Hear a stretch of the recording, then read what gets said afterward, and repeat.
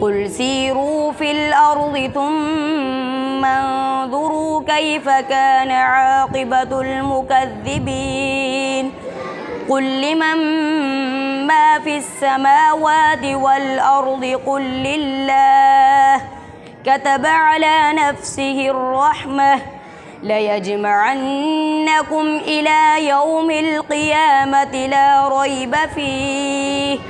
الذين خسروا أنفسهم فهم لا يؤمنون وله ما سكن في الليل والنهار وهو السميع العليم قل أغير الله أتخذ وليا